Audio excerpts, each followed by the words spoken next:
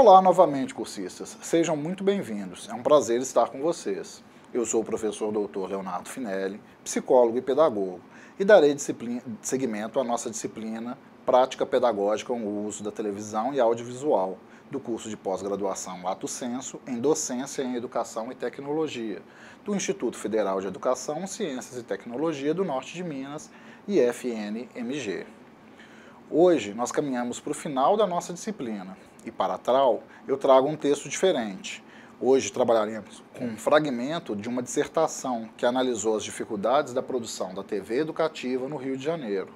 Faremos o recorte para discussão e conclusões do texto, cuja autora nos auxiliará a pensar sobre os recursos do uso da TV para processos de ensino e aprendizagem, a partir da experiência em que ela investigou. Então passemos à aula, mas antes eu solicito que vocês estejam munidos de papel e caneta para quando surgir alguma dúvida, vocês anotarem e depois postarem no nosso fórum Tira Dúvidas. Vamos para lá. Então, estamos na pós-graduação Lato Sensu de oferta própria em Educação e Tecnologia, que é uma pós-multi-habilitação, oferecida pelo SEAD, do Instituto Federal do Norte de Minas Gerais, que iniciou em 2018. Essa é coordenada pelo professor Dr. Otávio Cardoso Filho e estamos na disciplina Prática Pedagógica com o uso da televisão e audiovisual ministrada por mim, professor Dr. Leonardo Augusto Couto Finelli. Essa pós é uma pós na área de conhecimento da educação, oferecida na modalidade de educação à distância, com duração de 15 meses. Então, pensando no nosso texto, eu vou trabalhar com a noção da TV educativa, pensando nos desafios da comunicação e educação. Como eu disse já mais cedo, essa aula nós trabalharemos com o recorte da dissertação de Flávia Lobo de Castro Antunes, a construção de conteúdo para programação educativa em TV, desafios em comunicação e educação. Eu recomendo a leitura pelo menos do resumo, para que vocês contextualizem quanto ao material que nós vamos trabalhar. O foco vai ser dado ao capítulo 6, que discute, que apresenta a discussão e as conclusões da autora. Voltando um pouquinho ao resumo, trata-se de um estudo de caso com um relato de 10 produtores da Multirio, uma empresa que produzia material para TV educativa. Quanto à percepção, então ela entrevistou essas pessoas, esses produtores, quanto à percepção do conteúdo educativo compreendida por esses profissionais e como essa percepção norteou a produção dos programas. É válido lembrar que a TV educativa apresenta características comuns ao meio, considerando, por exemplo, o entretenimento e a informação. Todavia, ela possuiu peculiaridades, constituindo o objetivo primeiro desse tipo de emissora, que era educar e formar a audiência. Nesse sentido, ela assume a modalidade de TV em seu papel na promoção do desenvolvimento humano. A Multirio, então, é uma empresa municipal de multimeios vinculados à Secretaria Municipal de Educação do Rio de Janeiro, cujos objetivos são a articulação entre a sociedade e a educação, atuando ainda na capacitação continuada de professores e alunos da rede pública municipal. Mas essa relação é uma relação conflituosa e evidenciou tensão entre aprendizagem e entretenimento, sugerindo que esse conflito pode ter origem na percepção sobre o papel da escola e do ensino na sociedade e desta através da televisão. Então, avançando para o capítulo 6, que é a discussão e conclusão, a gente começa a ver as percepções da autora em termos das entrevistas que ela realizou com os 10 produtores. Então, como resultados, a gente tem lá que o estudo mostrou que a produção de conteúdo para a TV educativa é um processo intricado, um processo complexo. Os problemas enfrentados variaram desde os parcos recursos dispendidos para as emissoras até avançar na compreensão sobre o que é educar pela televisão. Então, eles tiveram um problema desde ter grana para editar, para comprar material, para fazer a programação, até pensar sobre a qualidade do material a ser editado. A concepção do conteúdo educativo, que lá era apresentado, ela derivava da subjetividade dos editores profissionais, ou seja, careciam de um profissional técnico específico em educação para fazer a seleção do material. Então esses editores, ainda que pensando em entreter e promover reflexão do público, estabeleciam as condições de produção que nem sempre permitiam que o resultado do que fosse ao ar representasse um modelo de educação verticalizada. Ou seja, apesar deles terem uma boa produção em termos de atender a alguma finalidade didática e pedagógica, eles tinham também esse propósito de entreter o seu público, de angariar público, e nesse sentido eles estavam tentando atender a dois senhores sem um conhecimento técnico específico, né, sem essa expertise enquanto docentes da qualidade desse material. Eles faziam pensando que estavam produzindo um material educacional, mas sem muita clareza sobre o que era isso. Então, essa produção ela se dava sem interlocução entre aluno e entre aluno e professor, assim como sem interlocução entre produtor e audiência. E isso cria um problema, né? Cria uma disjunção entre o que está sendo produzido e o que deveria ser produzido, né? O que o público está assistindo e o que o público esperava assistir. Então, compreendeu-se que educação e comunicação são áreas coexistentes e que precisam ser intensamente relacionadas para a eficácia e sucesso da atividade educativa em TV. Uma programação libertária é capaz de provocar reflexão e gerar autonomia da audiência. Vejam como essa ideia ela acompanha um princípio freiriano de uma educação mais ampla, de uma programação ou de uma percepção educacional que ofereça autonomia para o público. Então é preciso saber com quem se fala, saber de suas demandas e saber construir com esse público o conteúdo que vai motivar a audiência desse público. Mais do que definir para o público o que eles devem assistir e em que horário, é preciso conhecer o público para saber das demandas dele, de modo a pensar na programação a ser pensada, a ser veiculada pelo canal. Então, a motivação para essa organização configura-se a qualidade necessária para a aprendizagem, o que nem sempre se mostrou presente e faz com que recursos fossem desperdiçados em termos de uma organização ineficiente. Pode-se verificar que a televisão educativa, apesar de seu quase meio século de existência, ainda não se apercebe nesse sentido de ter um reconhecimento muito claro do que eles estão falando, para quem que eles estão falando, quais são as demandas que o seu público educativo demanda na programação do material. Pensando na produção subjetiva e hierarquizada e pouco colaborativa. Então, a produção do conteúdo educativo é o resultado de escolhas feitas pelos próprios produtores, como a gente já disse, e deixa de lado a teoria colaborativa de construção da mensagem. Perde-se esse processo da interlocução que o professor tem em sala de aula. Pensem, enquanto professores, nós temos uma matriz curricular, nós temos um plano de ensino e nós organizamos plano de aula. E modo geral, nós organizamos um cronograma, que eu gosto de nomear como cornograma. Cornograma porque ele já nasce para ser traído, de maneira do corno que já nasce para ser traído. Por que isso? Porque a gente tem que pensar no processo de organização de sala de aula dentro dessa lógica colaborativa. Tem dia que você tem lá um seu material previsto, um plano de aula lindo para ser trabalhado com conteúdo específico com a sua turma, mas naquele dia o grupo está mobilizado com uma série de afetos com outras razões. Por exemplo, fizeram uma prova de uma outra disciplina antes da sua aula, ou vão fazer uma prova depois.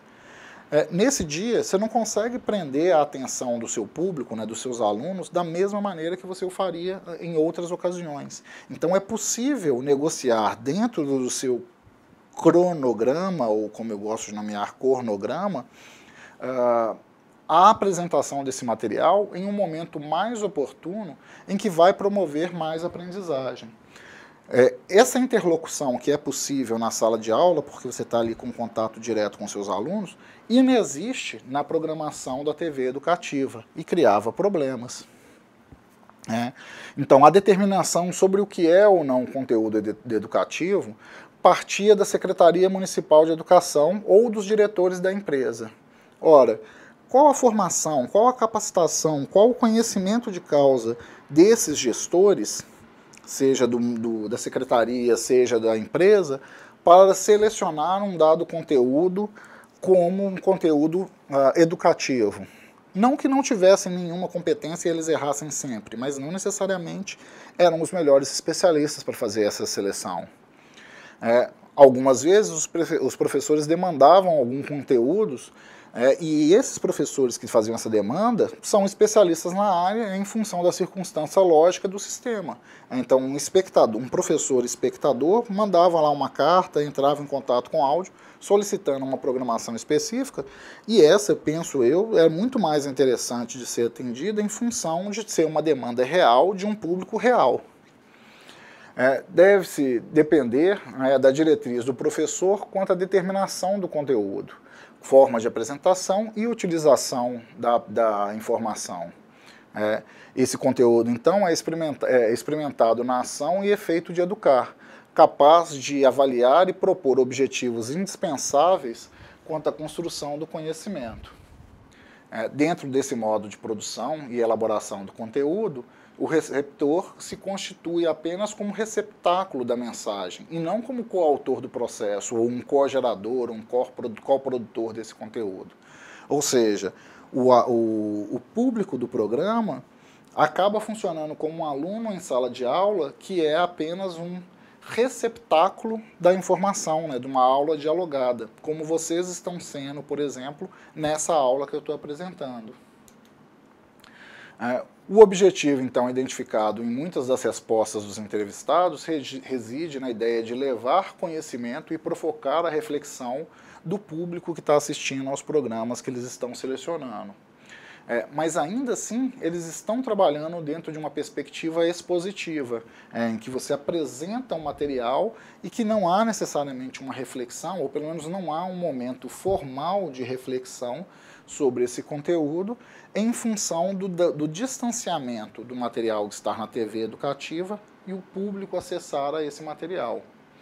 Então, o que se esperaria é que, em consequência ao estímulo, o programa televisivo da TV educativa, surgiria no receptor, a audiência, público, seja ele professor ou aluno, a reflexão sobre o assunto apresentado.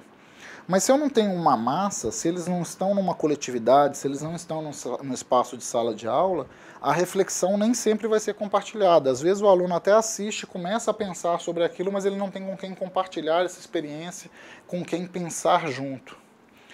Então, mais do que o prazer gratificante e a atividade simbólica, o telespectador da TV educativa deve codificar a mensagem e atribuir alguma significação a essa mensagem, o que acabava se perdendo em função dele estar fazendo no aconchego do seu lar, sem necessariamente ter um par, um professor ou um colega, para discutir esse conteúdo.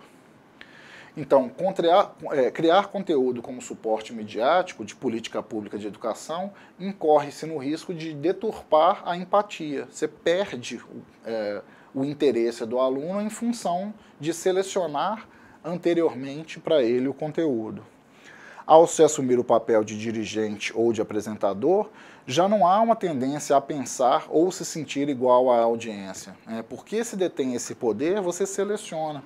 E você não necessariamente consegue pensar como o aluno ou pensar como o professor que está assistindo o programa em termos do significado daquele programa.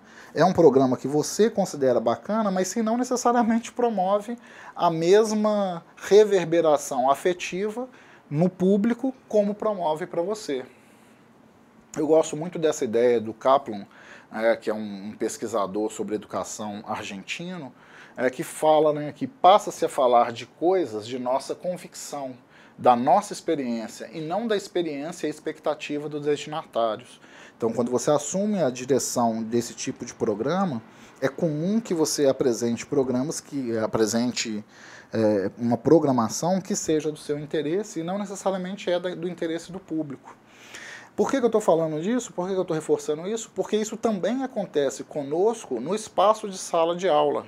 Enquanto docentes, nós temos um dado conteúdo a ministrar, nós temos um plano de ensino a ser atingido, a ser cumprido, e nós selecionamos aqueles conteúdos que nós entendemos mais, que nós temos mais facilidade ou que nós temos maior interesse, assumindo que eles são os mais importantes para os nossos alunos, enquanto que na realidade não necessariamente o é.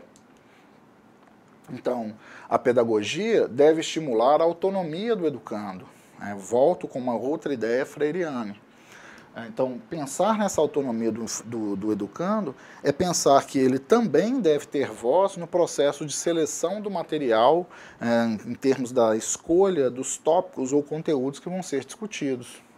Deve-se, então, alcançar uma mudança de atitude de um sujeito acrítico para um sujeito crítico, transpondo tendências individualistas para valores solidários e comunitários.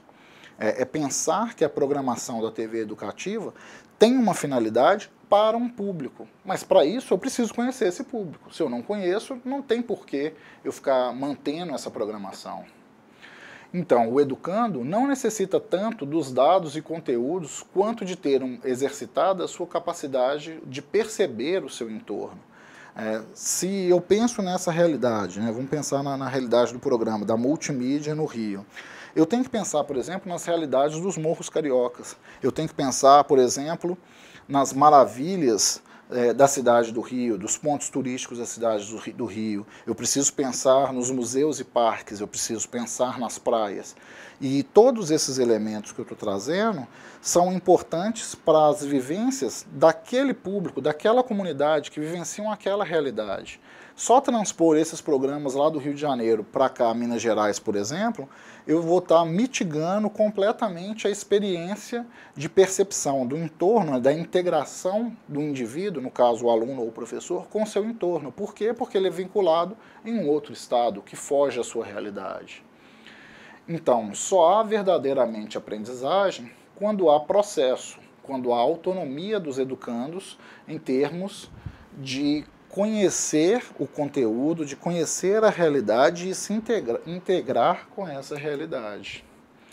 O professor estimula, facilita o processo de busca, problematiza, escuta para ajudar o grupo para ajudar que o grupo se expresse. Isso é um pouco do que eu tento fazer aqui. Apesar dessa aula ainda eminentemente expositiva, eu espero que vocês comecem a refletir sobre o conteúdo. E o espaço de reflexão e o espaço de expressão dessa reflexão se dá nos nossos fóruns e se dá nos nossos chats. Então, a comunicação educativa rechaça a ideia de hierarquia entre educadores e educandos. Nesse caso, televisão e audiência, importando sim o exercício de uma atitude crítica frente ao objeto e não ao discurso do educador em torno do objeto. Então é preciso ler, ouvir, interpretar a televisão e não apenas de receber o que é passado como conteúdo educativo, definido e percebido como tal, simplesmente porque está vinculado numa programação previamente classificada com o objetivo de ser educativa. É preciso que o aluno assista e tenha o elemento do entretenimento, tenha o prazer por assistir ao programa, mas que também reflita sobre as informações ali expressadas, senão ele vira conteúdo por conteúdo. É como se ele estivesse assistindo um videozinho no YouTube, um videozinho jocoso no YouTube em que não lhe promove reflexão e, consequentemente, não lhe promove aprendizado. A audiência desconhecida e, portanto, inalcançada. Então, a TV educativa corre o risco de falar para ninguém ouvir. E isso é um dos problemas que foi elencado no discurso dos produtores entrevistados. Por que falar para ninguém ouvir? Porque ela desconhece quais são os grupos que compõem de fato a audiência dessa TV. Eles não sabem sequer se há professores ou quis professores de que nível de educação, de que disciplina, etc., que fazem parte dessa audiência. Ou seja, o princípio fulcral da existência da TV educativa não é conhecido, não sabe-se se ele existe, porque eles simplesmente não conhecem quem que é o público da TV educativa. Então, com o fim de realizar uma comunicação educativa, é preciso saber as necessidades da comunidade, do público, para então sim conseguir construir juntos com eles uma mensagem, um programa, um produto que vai promover interesse e vai promover aprendizado para esse grupo. Então, o que eu quero dizer e o que eu vou dizer, e aí são as palavras do autor, devem ser respondidos pelos comunicadores educativos. Então, antes de eu pensar no meu programa, eu preciso pensar no que eu quero transmitir com essa imagem, o que eu quero transmitir com esse programa, o que eu quero transmitir com essa informação. E eu preciso ter muita clareza também sobre a quem eu vou transmitir essa informação.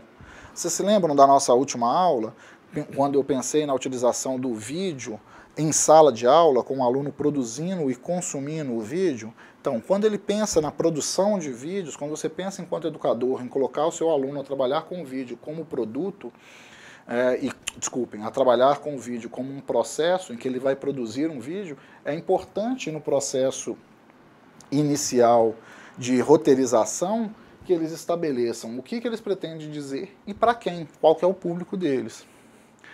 Mais do que saber dizer, é saber o que os nossos destinatários, o nosso público, espera escutar e ver na TV, a partir da busca de convergência, a partir de uma busca de encontro.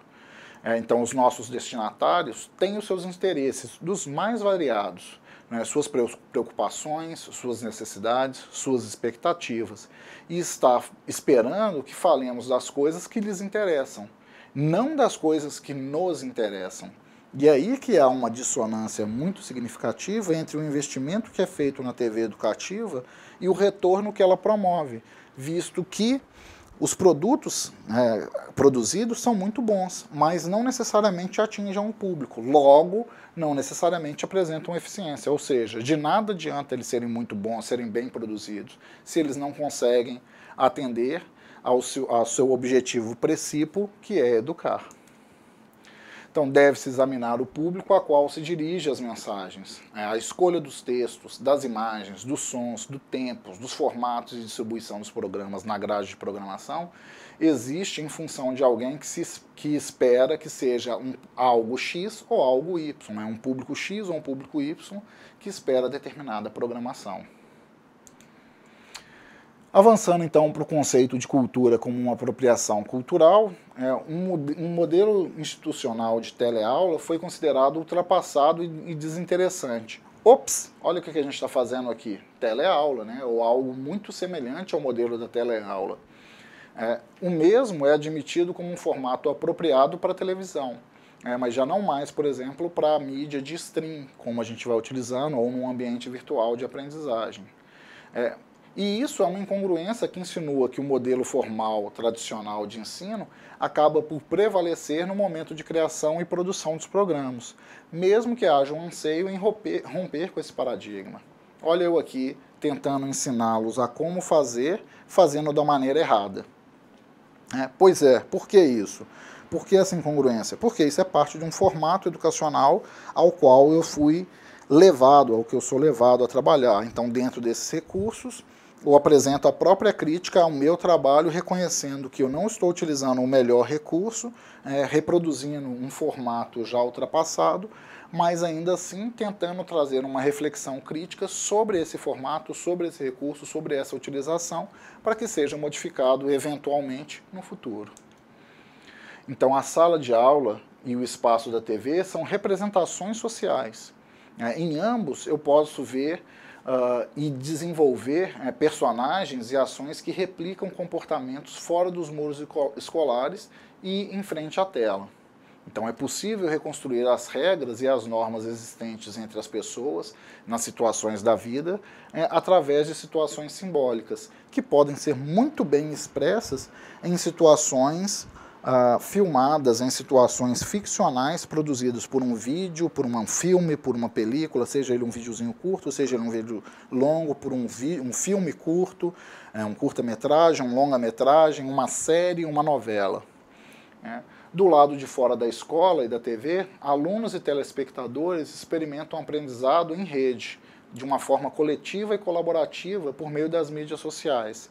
Vejam hoje, e aí eu perpasso o nosso caderno didático, como são construídos os conhecimentos utilizando-se as mídias sociais. Como que as pessoas se comunicam, por exemplo, utilizando recursos, aplicativos como o WhatsApp, como o Instagram, entre outros. Existe uma forma de comunicação. É interessante, eu acompanho o processo educacional, eu vejo algumas discussões muito ricas acontecendo odiernamente. Por exemplo, se discute que nunca se leu tanto quanto se lê atualmente. E isso é um fato. Crianças e adolescentes leem muito mais do que liam no passado. A discussão hoje é sobre a qualidade do que eles leem. Porque se no passado liam livros, cadernos didáticos, literatura, etc., mas com uma baixa frequência, uma baixa adesão a essa leitura, hoje todo mundo tem o WhatsApp e está aí trocando mensagens o tempo todo, né, de forma quase síncrona e por muitas horas do dia, mas perdeu-se parte da qualidade desse processo comunicacional. Por outro lado, ganha-se em outras mídias.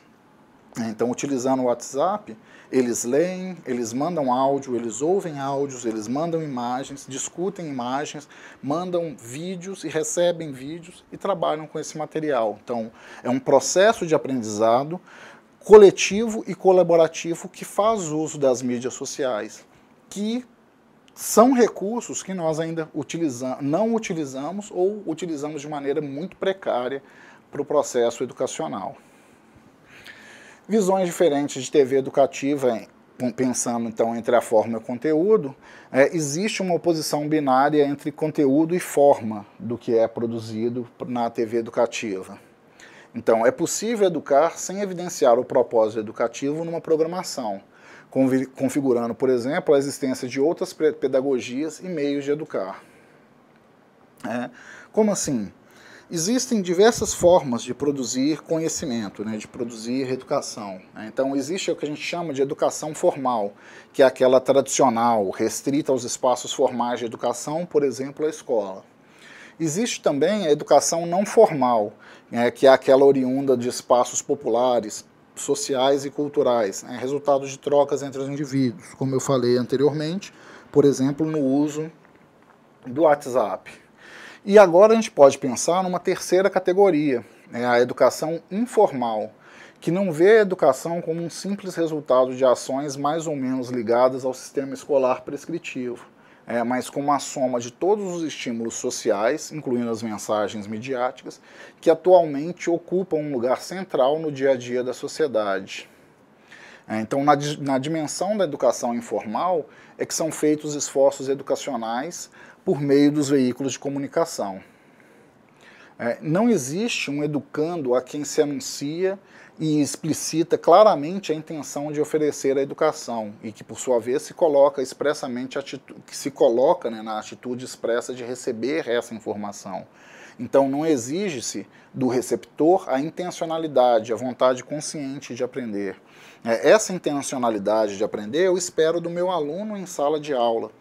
Essa intencionalidade eu espero na educação formal, onde eu tenho um professor que anuncia um determinado conteúdo explícito que foi selecionado pelo professor ou por uma matriz anterior a esse professor, que deve ser conhecida, trabalhada e explicitada, apresentada para o seu aluno que está lá com a intencionalidade de aprender. Na educação informal, a gente vai falar de um processo de aprendizagem onde o sujeito está disposto a aprender, não porque é uma obrigação dele aprender, porque é um momento formal de aprendizado, mas porque o conteúdo lhe é interessante. E aí eu faço a consideração aqui em azul. Você já viu alguma série?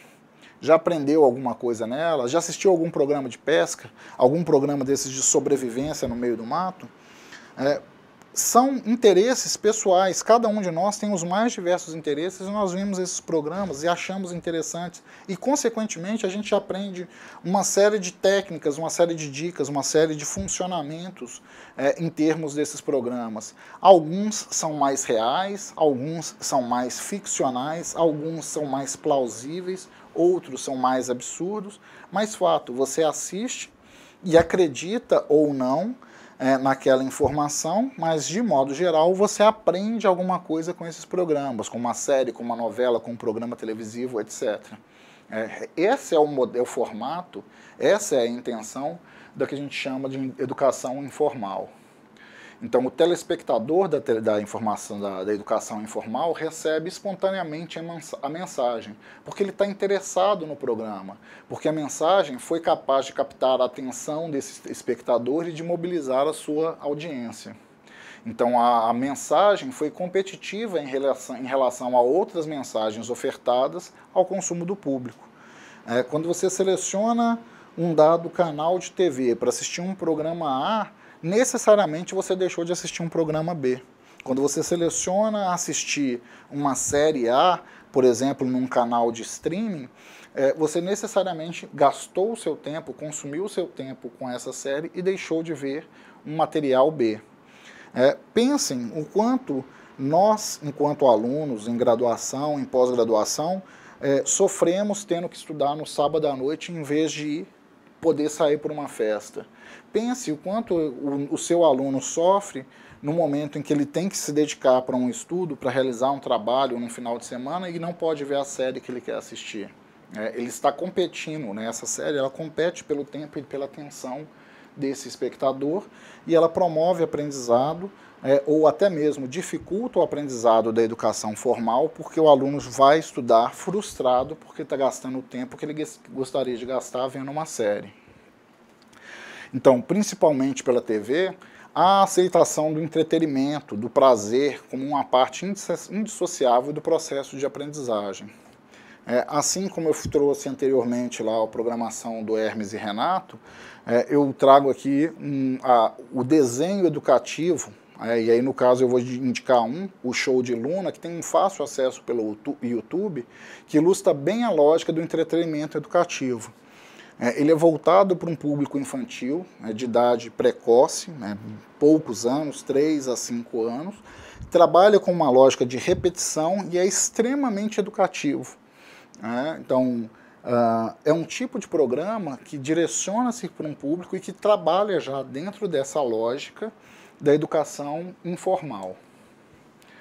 Então, a comunicação educativa, ela deve ser rica e variada, valendo-se de muitas linguagens, que vão abrir as comportas para a criatividade e a imaginação. Esse programa, o Show de Luna, promove isso para as crianças, que não necessariamente aprenderam a ler e escrever, que nem sempre já estão na escola.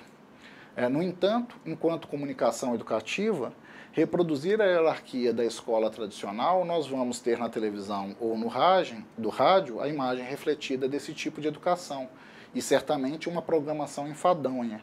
Então, se eu mantenho essa lógica da escola tradicional, com conhecimento hierarquizado, que o professor detém um conhecimento que vai explicitar, que é o que eu estou fazendo nessa aula, falando de um conhecimento que eu detenho para um público que nesse formato de educação formal está aberto à recepção, promove essa aula que ainda assim é enfadonha, que é pensada com um outro propósito de descentralização da informação, de socialização da informação, de assincronicidade dessa informação. Então eu sei que eu tenho muita clareza de que existem alguns propósitos e por isso ainda mantenho essa hierarquia tradicional, mas sei que não é a melhor metodologia para explicitar esse tipo de conhecimento. Então, a linguagem audiovisual requer uma experiência sensorial. Para compreender essa experiência, é preciso de uma abordagem, trabalhar apenas com uma abordagem intelectual é um equívoco. Porque vocês não estão lendo um livro didático em que você vai e volta. Mesmo tendo essa possibilidade de ir e voltar no vídeo, ela não tem esse mesmo formato de ler, voltar, de fazer anotações, etc. E o elemento emotivo evocado por esse processo de aprendizagem acaba levando a uma experiência ruim, o que prejudica a abordagem intelectual da aprendizagem. Então, em plena era tecnológica e multimídia, a formação escolar e acadêmica continua a ocorrer exclusivamente de forma verbal, conceitual e linear. É o que estou fazendo nessa aula. Toda discussão sobre TV educativa e educação na TV é, na verdade, então, uma concepção de escola que os produtores têm e que eles reproduzem e que nós estamos discutindo que é falaciosa. Tanto os educadores quanto os comunicadores replicam esse tipo de conhecimento que já é um conhecimento ultrapassado. A compreensão, então, de que a TV educativa tem que ser o oposto da TV comercial, porque essa última não tem o propósito primeiro de educar, nega a possibilidade de o público educar-se por outros modos que não a escola. Pensem que nessa lógica, que eu vou remeter novamente à discussão que eu trouxe sobre a série, em que, por não ser um espaço formal de aprendizado, ele não serviria como espaço de aprendizado. Bobagem, isso é uma falácia, né? Se a gente pensa na educação informal, eu posso pensar na TV educativa, mesmo dentro de uma lógica de uma TV comercial, porque ela promove o entretenimento, retém a atenção do público e, consequentemente, promove o aprendizagem. Nesse sentido, o entretenimento de que a TV educativa está a serviço... nesse sentido, o entendimento de que a TV educativa está a serviço da escola apenas pode ter o mesmo efeito danoso, pois lecionar para a comunidade escolar somente significa negligenciar a sua responsabilidade social de educar aqueles que, por múltiplos fatores, não se identificam com o campo escolar. O futuro, então, da TV educativa apresenta-se como uma incógnita, mesmo que a migração para o universo digital e internet tenham sido caminhos apontados sugerindo uma convergência entre mídias. Então, pensar nesse formato, como a gente já está elencando, a autora reforça, né, essa ideia que a gente continua a acompanhar, afinal a ideia dela é anterior à nossa, de que esse formato da TV educativa é um formato fadado ao fracasso, fadado ao desuso. Mesmo que a gente pense em alternativas, né, desse formato migrar ali para a TV digital ou para o uso do streaming, se a gente mantiver essa lógica de pensar programas educativos desconectados com o seu público, a gente está pensando numa lógica que está fadada ao fracasso. Então é preciso reavaliar o uso da TV no processo educativo, assim como a forma com a qual a gente utiliza essa TV e o vídeo. Pensar em como os telespectadores se relacionam com esse meio, TV, vídeo, internet, é a maneira pela qual a gente vai conseguir promover a manutenção desse tipo de formato, desse formato educacional. Então, pensar, por exemplo, em termos do seu público, com que outra plataforma a TV converge? Para que esse programa educativo serve?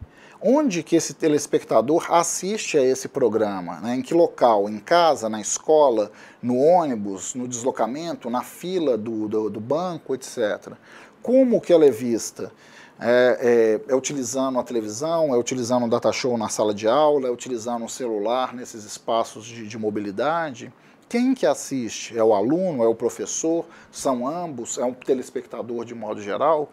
Então, pensar nessas perguntas e, consequentemente, nas suas respostas, é pensar numa possibilidade de futuro para a TV educativa. Então, faz-se necessário admitir que a escola tem de escancarar as suas portas e fazer a compreensão da linguagem dos meios.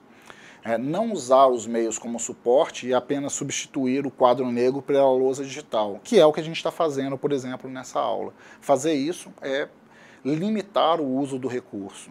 Então, entender que o sucesso atual de plataformas, como os games, os vídeos, entre os alunos em todos os níveis, evidencia o que a TV já sinalizava, né? Que a aprendizagem pode e deve ser feita por meio de uma linguagem sensorial, que aguça os sentidos, que motiva e desperta o interesse para a construção de um conhecimento em conjunto, lúdico, onde todos são educadores e educandos. Quem joga videogame e acompanha os videogames de última geração, ou das últimas gerações, consegue ter uma experiência, por exemplo, de imersão no processo do jogo. O jogo é bonito, o jogo é interessante, o jogo mobiliza o afeto, o jogo deixa o sujeito excitado, deixa o sujeito emocionado, faz chorar, o jogo deixa o sujeito empolgado, o jogo prende o espectador, o jogador, de tal forma que ele não consegue dormir, ou desliga-se do jogo porque é convocado ou porque tem obrigações, mas vai se deitar pensando no jogo, vai trabalhar pensando em estratégias no jogo. Quem assiste séries, em programas de streaming, em canais de streaming, tipo Netflix, vivencia esse mesmo tipo de experiência, em que a aprendizagem é feita por uma linguagem que é sensorial, que aguça esses sentidos do espectador e motiva o interesse da construção do conhecimento conjunto. O telespectador da série assiste a um episódio, vê parte da trama se desenrolar e ao final do episódio há um novo gancho que deixa ele mobilizado de tal forma que ele não consegue deixar a série e ir simplesmente para a cama. Ele precisa saber o que vai acontecer na sequência e na sequência e na sequência. E é esse tipo de estratégia de mobilização afetiva que eu estou convocando esse grupo a pensar para poder utilizar então os recursos audiovisuais de televisão, de vídeo, de streaming, etc. e repensar o nosso espaço de aula. Ufa! Eu acho que é isso, pessoal. Eu espero que vocês tenham gostado do nosso curso e que continuem avançando com a sua formação. Apesar de ser a nossa última aula, acessem ainda o nosso material base e complementem, sempre se preparando para a participação dos fóruns e dos debates, assim como das avaliações futuras. Eu estimo sucesso a todos e êxito em seus propósitos educacionais. Um forte abraço.